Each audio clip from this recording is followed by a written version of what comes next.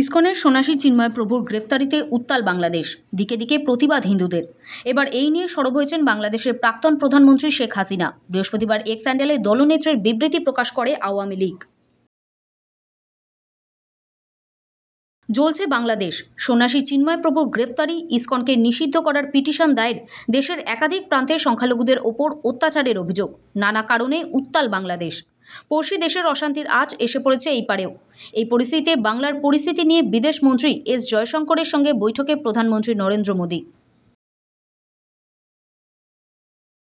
বাংলাদেশের পরিস্থিতি নিয়ে কেন্দ্রের অবস্থানের পাশে মুখ্যমন্ত্রী। বৃহস্পতিবার বিধানসভা অধিবেশনে মুখ্যমন্ত্রী বলেন, বাংলাদেশ নিয়ে কেন্দ্রের সিদ্ধান্তের সঙ্গে তিনি একমত। তার কথায় বাংলাদেশ নিয়ে রাজ্য সরকার সিদ্ধান্ত নিতে পারে না। হিন্দু জাগরণ মঞ্চের পক্ষ থেকে ডেপুটেশন ও প্রতিবাদ মিছিল শিয়ালদা থেকে আচার্য জগদীশ চন্দ্র বসু রোড ধরে বাংলাদেশ ডেপুটি হাইকমিশনের কাছাকাছি মিছিল পৌঁছাতেই ধুন্ধুমার পরিস্থিতি, ভাঙল ব্যারিকেড, আহত এক পুলিশ কর্মীও। আরজিকর কাণ্ডের বিচার চলছে সুপ্রিম কোর্টে। এর মধ্যে বিধানসভা থেকে নাম না করে আন্দোলনরত চিকিৎসকদের একাংশকে নিশানা মুখ্যমন্ত্রীর। স্বাস্থ্যসাথী কার্ডের অপব্যবহার করে চিকিৎসকদের একাংশের বিরুদ্ধে দুর্নীতির যে অভিযোগের কথা উঠেছিল, এদিন মুখ্যমন্ত্রীর মুখে সেই সুরই শোনা গেল। মুখ্যমন্ত্রীর বিধানসভায় বলেন, অপ্রিয় সত্যি কথা বলতে নেই। ট্যাব জালিয়াতি রুখতে বিধানসভায় নয়া আইনের প্রস্তাব মুখ্যমন্ত্রীর। বৃহস্পতিবার বিধানসভায় দাঁড়িয়ে ট্যাব দুর্নীতি জামতারা গ্যাংয়ের কারসাজি জানালেন তিনি। আরও জানালেন, এসব রুখতে এবার বিশেষ মেকানিজমের মাধ্যমে নয়া আইনের ভাবনা রয়েছে রাজ্যে। বৃহস্পতিবার বিধানসভায় মুখ্যমন্ত্রীর ঘরে দেখা করেন হুমায়ুন। তাকে দ্রুত শোকজের জবাব দিতে বলেছেন মমতা। নেত্রীর নির্দেশ মেনে শীঘ্রই জবাব দেবেন জানিয়েছেন হুমায়ুন। একই সঙ্গে মমতা তাকে কম কথা বলার পরামর্শও দিয়েছেন। সাংসদ হিসেবে প্রথমবার সংসদে পা প্রিয়াঙ্কা গান্ধীর, সঙ্গী মা ও দাদা।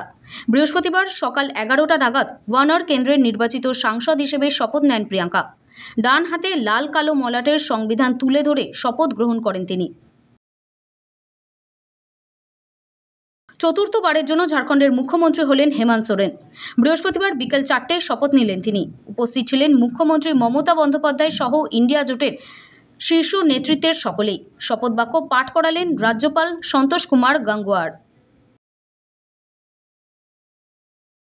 বিরোধীদের প্রবল আপত্তির মধ্যে পিছিয়ে গেল বিতর্কিত ওয়াকফ সংশোধনী বিল পেশের সময়সীমা। বৃহস্পতিবার ওয়াকফ বিল সংক্রান্ত যৌথ সংসদীয় কমিটির চেয়ারম্যান তথা বিজেপি নেতা জগদম্বিকা পাল কমিটির মেয়াদ বৃদ্ধির প্রস্তাব আনেন লোকসভায়। নর্থ ইস্ট ইউনাইটেড এফসির বিরুদ্ধে এখনও পর্যন্ত মোট 8টি ম্যাচ খেলেছে ইস্টবেঙ্গল এফসি, কিন্তু এর মধ্যে লাল হলুদ ব্রিগেড মাত্র 2টি ম্যাচই জিততে পেরেছে। ফলে শুক্রবার লড়াইটা ইস্টবেঙ্গলের কাছে যে সহজ হবে না তা বলাই বাহুল্য। এই পরিস্থিতিতে ইস্টবেঙ্গল এফসির কোচ অস্কার ব্রুজো কী পরিকল্পনা করছেন সেদিকেই নজর সকলের।